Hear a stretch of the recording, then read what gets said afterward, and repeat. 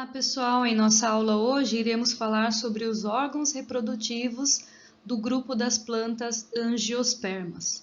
Então, nós já estudamos os órgãos vegetativos, que são aqueles que mantêm a planta viva, que seria a raiz, o caule e a folha. Como órgãos reprodutivos, a gente tem a flor, o fruto e a semente. Os órgãos reprodutivos, como o próprio nome diz, são responsáveis pela reprodução de uma planta. Nesse grupo aqui, o grupo das angiospermas, elas têm um grande sucesso na reprodução por conta deste órgão reprodutivo aqui, flor. Não somente dele, nós iremos ver outros. Porque nas angiospermas, a grande maioria dos exemplos apresentam flores vistosas, flores coloridas, flores cheirosas. E isso atrai os agentes polinizadores. Então, a reprodução acaba tendo um sucesso maior porque eu tenho a presença aqui de vários tipos de agentes polinizadores. Agora, vamos ver quais são as estruturas que fazem parte de uma flor. Antes de chegar aqui na parte reprodutiva da flor, vamos ver essas outras estruturas aqui representadas do lado direito. Então, eu vou começar de baixo para cima no meu desenho. Então, a gente tem o pedúnculo. O que é o pedúnculo? É esse cabinho aqui. Ele prende essa flor no ramo ou no caule da planta. Depois, seguindo, nós temos o receptáculo floral, que é como se recebesse a flor. Tá? Então, a flor está apoiada no receptáculo floral. Todas as estruturas da flor estão presas nele. Aí, nós temos a sépala, parece uma folhinha, normalmente ela é verde. Para que serve a sépala? A sépala ela vai proteger a flor antes dela estar madura. Então, quando a flor não abriu, ela está fechadinha, a sépala está cobrindo ela. E as pétalas, que normalmente elas são coloridas, elas atraem os agentes polinizadores. O conjunto de sépalas forma a estrutura que a gente chama de cálice e o conjunto de pétalas formam a corola. Corola vem de cor. Tá? Então, cálice é o conjunto de sépalas e corola é o conjunto de pétalas. Agora, vamos ver as estruturas reprodutivas dentro dessa flor aqui. Essa flor representada é uma hermafrodita, ou seja, ela apresenta os órgãos reprodutivos masculinos e também o feminino na mesma flor. Existem espécies que têm flor somente masculina ou flor somente feminina. Nesse caso, essa flor ela é considerada hermafrodita. Então, aqui eu tenho a parte masculina da flor. A parte masculina é o androceu, também conhecida como estame. Na verdade, o androceu é o conjunto de estames. Então, você tem esses vários cabinhos aqui. Na minha figura, eu tenho 2 estames, tá? O que é o estame, então? O estame é o conjunto inteiro da parte masculina da flor. É formado pela antera, que é onde é produzido os grãos de pólen. Então, os grãozinhos de pólen ficam aqui na antera. E o filete é esse cabinho que vai prender na base aqui da flor a antera. Então, a antera produz o grão de pólen e o filete é o cabinho. Então, o conjunto de estames formam o androceu, que é a parte masculina da flor. A parte feminina da flor é o carpelo, tá? O conjunto de carpelos vai formar o gineceu. Normalmente nós temos um carpelo só, que é essa parte central aqui. Então, o que forma esse carpelo? O que forma o gineceu? Eu tenho essa extremidade, que é chamada de estigma. Então, o grão de pólen ele tem que cair aqui no estigma. Eu tenho o estilete, que é um tubo que vai ligar o estigma ao ovário. E tudo isso daqui é o ovário. Dentro do ovário, nós temos os óvulos. Quando essa flor ela é fecundada, o que vai acontecer para formar o fruto? O ovário vai se transformar no fruto, que seria a parte de fora, e o óvulo vai se transformar na semente. Nós já iremos estudar com mais detalhes. Para que uma angiosperma se reproduza, precisa acontecer a polinização, que seria o quê? O transporte dos grãos de pólen da parte masculina de uma planta, que é o androceu, até a parte feminina, que é o gineceu. Esses grãos de pólen eles vão ser transportados por agentes polinizadores. E aí nós temos aqui como agentes polinizadores de angiosperma o vento, os seres humanos e animais como insetos, aves e morcegos. Quando os animais fazem a polinização, isso é um evento que acontece acidentalmente. Então, quando o animal ele visita uma flor, ao sugar o seu néctar, o grão de pólen gruda no corpo desse animal. Quando ele visita uma outra flor, ele acaba transportando esse grão de pólen. O grão de pólen que estava lá no androceu vai entrar em contato com o gineceu, com o estigma da flor. E isso vai promover a reprodução, que é de forma acidental. Os agentes polinizadores, quando se tratam de animais, eles são atraídos principalmente pelo cheiro e pela cor dessas pétalas. Então, os agentes polinizadores, eles vão até uma flor de angiosperma, atraídos pelo cheiro, pela cor, pelo perfume, pelo néctar e, sem querer, eles acabam favorecendo a reprodução dessa planta. Para que aconteça a fecundação, tem que ter acontecido anteriormente a polinização, o transporte do grão de pólen. Então, o grão de pólen ele vai ter que sair do androceu e chegar no gineceu. Então, o grão de pólen ele vai se encostar aqui no estigma da flor feminina, da parte feminina da flor. Então, aqui eu estou representando um grão de pólen, que é essa bolinha aqui. Quando ela encosta no estigma, começa a formar o tubo polínico, que é esse tubinho aqui.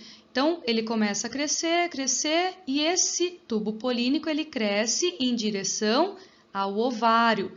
Na verdade, ele cresce em direção aos óvulos. Então, no tubo polínico, nós temos o núcleo da parte masculina da flor. O núcleo do tubo polínico ele vai se unir aos óvulos e vai acontecer a fecundação com formação de um zigoto. Esse zigoto vai dar origem ao embriãozinho. Então, onde que vai estar o embriãozinho? Vai estar aqui dentro do ovário. Então, aonde seriam os óvulos, vão virar sementes e dentro de cada semente, um embrião. E a parte de fora, que é a parte do ovário, que protegeria a semente, seria a formação do fruto. Então, nós temos o ovário dando origem ao fruto após a fecundação, e os óvulos dando origem às sementes após a fecundação. Lembrando que dentro da semente nós temos os embriões. Então, para que essa planta dê origem a uma nova planta, essa semente ela tem que germinar, o embriãozinho tem que germinar e dar origem a uma nova planta. Após acontecer a fecundação, então, nós vamos ter a formação do fruto. O fruto também é chamado de pericarpo. E aqui nós temos as estruturas que fazem parte do fruto. Então, o pericarpo, ele é formado pelo epicarpo, que é a parte de fora, também conhecido como casca, o mesocarpo, que é a parte de dentro, e o endocarpo, que é onde está a semente. Então, o epicarpo protege o fruto contra a desidratação, que seria a perda de água. O mesocarpo normalmente é a parte comestível de um fruto, é onde estão a grande maioria dos nutrientes. E o endocarpo é aquela região que está protegendo a semente. Então, a semente ela está aqui dentro, o embriãozinho ela está aqui dentro. Qual que é a função de um fruto? Vai envolver e proteger a semente, fornecendo a essa semente as primeiras condições para que germine, porque nós temos aqui substâncias nutritivas. O fruto, aqui no caso das angiospermas, que são o único grupo que tem fruto, é muito importante para atrair os agentes dispersores de semente. Cuidado para não confundir agentes polinizadores com agentes dispersores. Os polinizadores carregam o grão de pólen e os agentes dispersores carregam as sementes. Então, eles podem, por exemplo, carregar esse fruto e, sem querer, levar a semente. Ou eles podem se alimentar desse fruto, a semente passar pelo trato digestivo e acabar sendo eliminada pelas fezes. Então, é importante aqui que o fruto é um atraente para os agentes dispersores das sementes. Aqui nós temos alguns tipos especiais de frutos que eu vou explicar para vocês, que são os frutos partenocárpicos, pseudofrutos e infrutescência. Quais são as características aqui destes frutos especiais? Então, para vocês entenderem isso, a gente tem que lembrar o que caracteriza um fruto. Então, um fruto, normalmente, ele é formado após a fecundação. Então, o ovário virou o fruto, que normalmente é a parte comestível, e o óvulo virou a semente. O que tem de diferente aqui, então? Os frutos partenocárpicos, eles são produzidos sem fecundação, tá? Nós temos como exemplo aqui a banana, que é um exemplo que acontece naturalmente. Todas as bananas são frutos partenocárpicos, então não aconteceu uma fecundação para que acontecesse a formação desse fruto. Então, se não tem fecundação, não tem semente. E a banana não tem semente. Professora, o que são aqueles pontinhos pretos que ficam dentro da banana?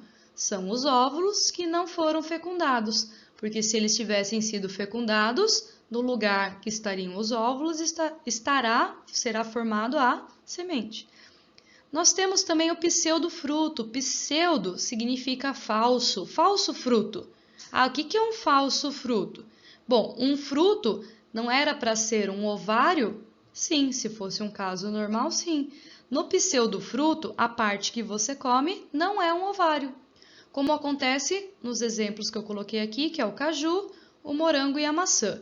Então, aquela parte do fruto, né, aquela parte do caju que você come, não era um ovário, porque se fosse um ovário, teria uma semente lá dentro. A parte do caju que você come, né, a parte que faz suco, é o pedúnculo da flor. O que era o pedúnculo da flor? Aquele cabinho da flor, aquilo que ligaria a flor no caule. Essa parte aqui, que é a castanha, isso daqui é o fruto. Então, dentro deste fruto é que você encontra a semente e dentro da semente está o embrião. No caso do morango, também é considerado um pseudofruto. Aquela parte vermelhinha do morango que a gente come é o receptáculo floral, que é aquela parte dilatada que está presa ao pedúnculo e à flor. No caso, quem são os frutos do morango? Aqueles pontinhos pretos. Então, cada um daqueles pontinhos é um fruto, dentro do fruto tem a semente e dentro da semente tem o embrião. E no caso da maçã, a parte que a gente come da maçã também é o receptáculo floral. Onde é que está o fruto, então? Sabe aquele miolinho que a gente joga fora? Aquele miolinho mais durinho é que é o fruto. Dentro do fruto tem a semente, olha a semente aqui dentro, tá? Então, é um caso especial aqui de fruto. Temos um outro que é a infrutescência, que são vários pseudofrutos aglomerados. Então, nesse caso aqui, são vários ovários que se desenvolvem ao mesmo tempo, formando aí, por exemplo, o abacaxi, a amora, a jaca. No caso da amora é fácil de vocês identificarem. Cada bolinha da amora é um fruto. Então, você tem vários frutos, você tem a infrutescência. No caso do abacaxi, cada bainha, cada meinho ali que você tem, era um fruto também. Nós já falamos então dos órgãos reprodutivos flor e fruto, agora ficou faltando a semente. Então, a flor, ela era polinizada para que acontecesse a fecundação. Após a fecundação, eu tenho a formação de um fruto e dentro de um fruto, a formação de uma semente. A semente é extremamente importante porque na semente é que eu tenho o embrião e é o embrião que vai dar origem a uma nova planta. Agora, vamos ver aqui as estruturas que fazem parte da semente. Nós temos o endosperma, que é essa parte representada em amarelo, temos o tegumento, temos o embriãozinho aqui dentro e temos o cotilédone. Essas são todas as partes que eu encontro em uma semente de angiosperma. O que é o endosperma? É aquela região em que você encontra substâncias nutritivas. Essas substâncias nutritivas são importantes para o início do desenvolvimento do embrião. Então, quando essa semente ela começa a brotar, toda a energia que ela precisa para brotar vem dos nutrientes presentes no endosperma. O tegumento é uma casquinha que está protegendo o embrião. O embrião é o que dará origem a uma nova planta E o cotilédone é uma folhinha modificada que faz parte do corpo do embrião e também fornece para ele, no início do desenvolvimento, substâncias nutritivas. Então, para que essa semente ela dê origem a uma nova planta, primeiro precisa acontecer a dispersão, que seria o transporte dessa semente. Então, esta semente ela é transportada por um agente dispersor de semente. Cuidado para não confundir com o agente polinizador, que é aquele que carrega o grão de pólen. O agente dispersor de semente pode ser o vento, pode ser a água e pode ser animais. E os animais são muito eficientes na dispersão da semente quando eles, ao se alimentarem do fruto, ou eles carregam a semente dentro do seu trato digestivo, ou eles carregam manualmente levando o fruto de um lugar até o outro. Então, eles acabam carregando essa semente. Pensando aqui em animais, existem algumas espécies de plantas que são muito dependentes dos animais para elas conseguirem se reproduzir. Elas dependem que os animais carreguem essas sementes. Então, se eu tenho a extinção de algum animal, isso vai prejudicar a dispersão da semente de uma planta. Então, pode acontecer de um animal entrar em extinção e uma planta que dependia dele para sua reprodução também entrar em extinção. E existem algumas sementes que elas apresentam algumas estruturas para grudar no pelo dos animais ou na pena. Então, em vez do animal se alimentar daquele fruto e carregar a semente, isso daqui vai acontecer no caso de frutos que não são comestíveis. Então, a semente ela gruda no pelo ou na pena do animal e durante o seu transporte e a sua locomoção, ele carrega acidentalmente esta semente.